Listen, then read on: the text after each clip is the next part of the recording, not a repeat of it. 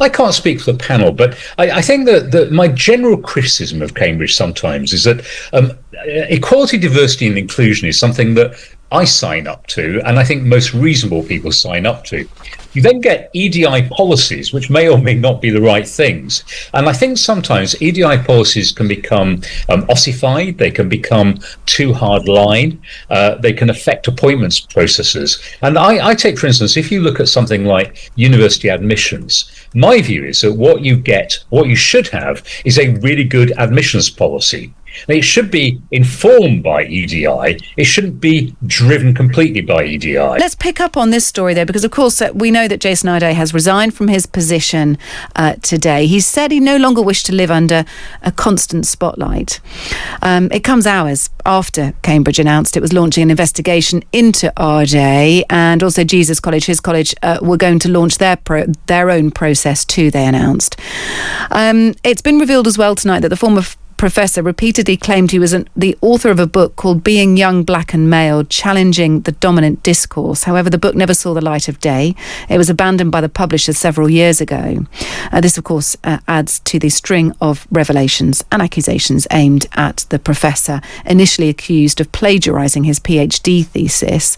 Well, let's speak to Roger Mosey, former head of BBC TV News. He's been writing in the Times because, Roger, you've got a really sort of privileged position, I guess, across this story, because you were on Cambridge's Equality, Diversity and Inclusion Committee. Good evening. Good evening, Kate. So tell me about your experiences on that committee, that EDI committee, and where that committee went from and to, and how this weaves into the story of Jason Arday. Well, the EDI committee, I think, did a very good job in Cambridge. And I was a newcomer to Cambridge in 2013. And the fact of that time was we had a very white university, which was much whiter than the UK population. And in the time since then, Cambridge, the colleges, the central administration have massively changed the student body of Cambridge. And it's gone now to about 35% of new undergraduates come from ethnic minority backgrounds. So I think Cambridge can be proud of that record. It's tougher, though. Cambridge had a very, very small number of black professors in particular and professors of colour, and it was trying to change that. And of course, you have to get the pipeline right, and a university which has been largely white for decades or centuries can't suddenly pluck black professors out of its own ranks. So I think that's why it was reasonable for Cambridge to try to recruit from elsewhere. The question, of course, is did they recruit wisely? Yeah, and other people will counter. There are plenty of people from different ethnic backgrounds who would have qualified for this role. Our panellist earlier, Albie, was saying the same thing. Surely if Cambridge had looked hard enough, there would have been a sort of series of possible candidates for this role. It wouldn't have been as if Arday was the only one. I mean, what do you think attracted Cambridge to Arday? And in your experience of the university, was there a rigorous enough process in checking his qualifications and other aspects of his CV and his background? Well, Kate, I agree. And I say in the Times tomorrow that a black academic said to me that there were hundreds of black and brown academics from around the world who could have taken a job at Cambridge without any controversy whatsoever. So, look, I don't know exactly what the recruitment process did, and the Cambridge University inquiry, I hope, which will still go on, I guess, should look into that.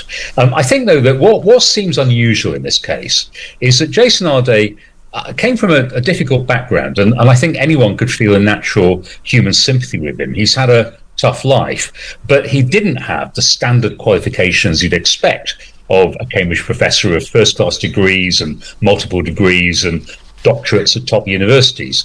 What he had instead was a life story, and the life story was very compelling.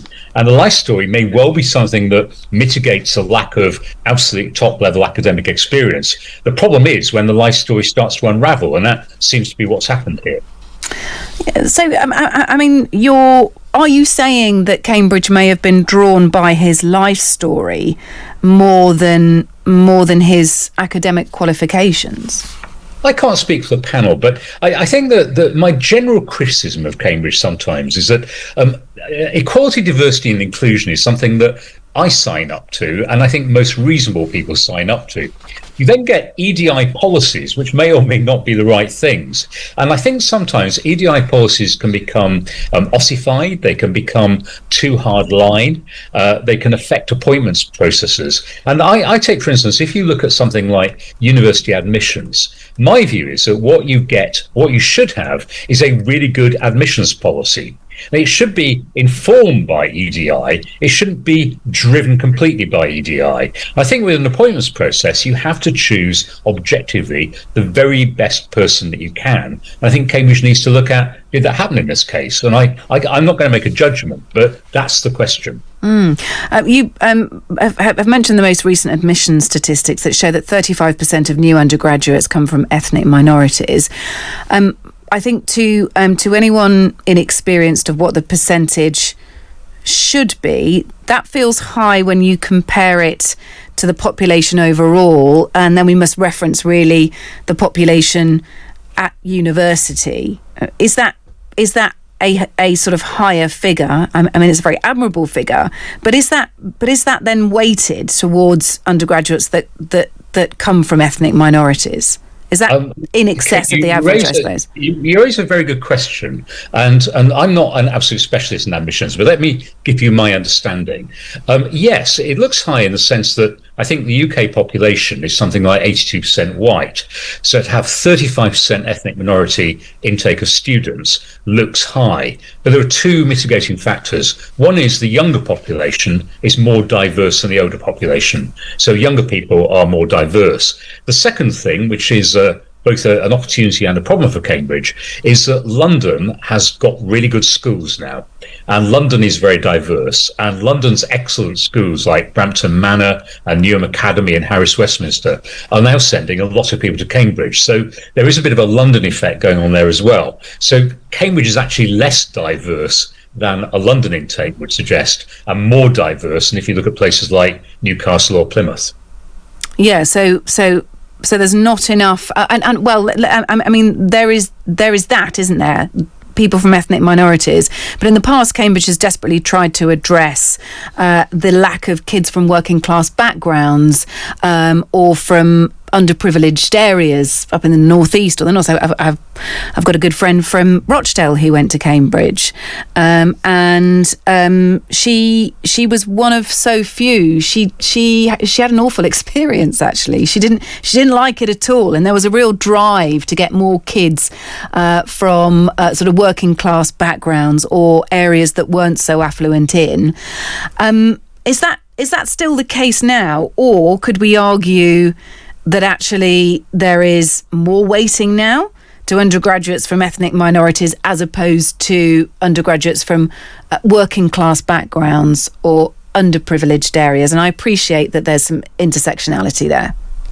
I'm from Bradford and I went to Oxford, so I do know what it feels like going from what I would regard as a normal home in Bradford to a top university. Look, I think admissions are a bit like a Rubik's cube, and you get gender right, and then you try to get ethnicity right, and then you discover that geography may be going wrong. Yeah. And certainly I felt as in my job in Cambridge, we weren't getting enough people from the north of England. And I think the Vice Chancellor, who's an excellent woman, she gets that, and she's been up in Newcastle recently, around the northeast. So yes, Cambridge needs to do better in the north. But I think my point is that on ethnic minorities and on gender, Cambridge has a very good story to tell at the undergraduate level, and it needs to be better at the senior level too. I mean, the instincts of trying to get a more diverse senior professorship were the right ones, but if you're going to do that at every level, every appointment you make, there's got to be a good one.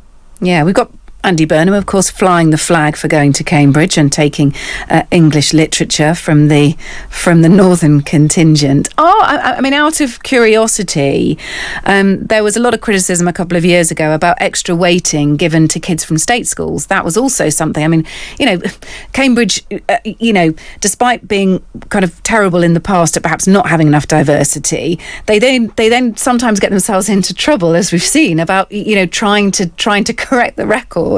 And it's never going to please everyone. do kids from state schools get extra weighting? Do children from minority ethnic backgrounds get extra weighting? No, they don't. And I think that there's a cliche that appears in newspapers sometimes that says that, if you're black and come from a state school, you're going to get in. And actually, I was head of a college where we made absolutely no concessions. The offers were the same for everybody. And I think that's true across Cambridge and from what I know across Oxford too. The fact is you have to be good enough to get in. And the reason for that is because you cannot do a Cambridge economics or maths course if you're not good enough, and you need A stars. So the average number of A stars for students I knew was round about 3 A stars each. And we don't let people in with Bs, and nor should we. That's sort of strange, isn't it? Because there are stories to be read about parents who take their children out of private school after GCSE and deliberately put them in a state school at A level to give them a better chance of getting into Oxbridge. So that is a complete fallacy. Admissions tutors are sophisticated people who take a balanced view. And obviously you can see people's scorecard and their record and where they went to school. And admissions do the job of simply trying to find the very best people that they can. And it's tough because Cambridge has something like, 8 or 9 to 1 ratio of applications to places. So from the university side, there's a good choice. From a student side, it's very, very tough to get in. And I think excellence is what Cambridge and the top universities in Britain should be about. And I don't believe in lowering those standards. And the proof, I think, is that you can become more diverse and increase standards. So it's actually, if you get it right, a happy story. Look, Roger, it's been a pleasure to speak to you. Thank you. This evening, we've heard about the resignation of Jason Arday, which is a new thread to our story. You've written a piece in the Times tomorrow. We've had a sneak preview of it. Roger Mosey, thank you, former head of BBC TV News.